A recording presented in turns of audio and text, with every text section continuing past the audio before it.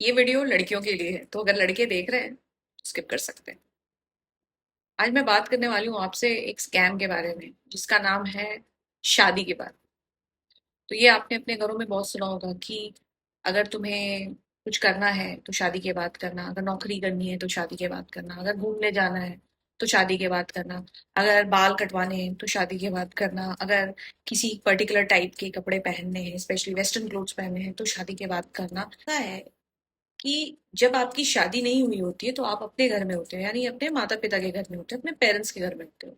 और अगर वहां आपको कुछ भी करने की आजादी नहीं है तो आपको क्या लगता है कि एक अनजाने इंसान जिससे आपकी शादी हो रही है उसके घर में जाकर आपको फ्रीडम मिल जाएगी? एक अनजान इंसान के घर में और भी अनजान लोग होंगे, आपके सास ससुर जो बनेंगे, क्या वो आपको ये सारी चीजें कर देंगे जो वो आपको बचपन से भी नहीं जानते, आपके लाइक्स डिसलाइक्स नहीं जानते, वो आपको परमिशन दे? तो इसीलिए मैं कह रही हूँ कि ये शादी के बाद कुछ नहीं है बल्कि एक स्कैम है जिससे लड़कियों को बेवकूफ बनाया जाता है।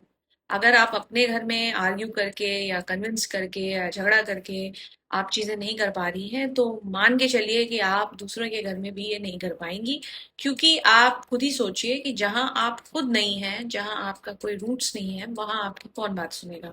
और आपके लिए 100 गुना ज्यादा मुश्किल होगा स्ट्रेंजर्स को कन्विंस करना। और वो क्यों? और अगर आप सही में एक इंडिपेंडेंट लाइफ जीना चाहती हैं, अपनी मर्जी की मालकिन होना चाहती हैं, आजादी महसूस करना चाहती हैं, तो आपको अपने पैरों पे खड़ा होना पड़ेगा। इसीलिए बहुत इंपॉर्टेंट है फाइनेंशियल इंडिपेंडेंस लड़कियों के लिए। It's a non negotiable thing.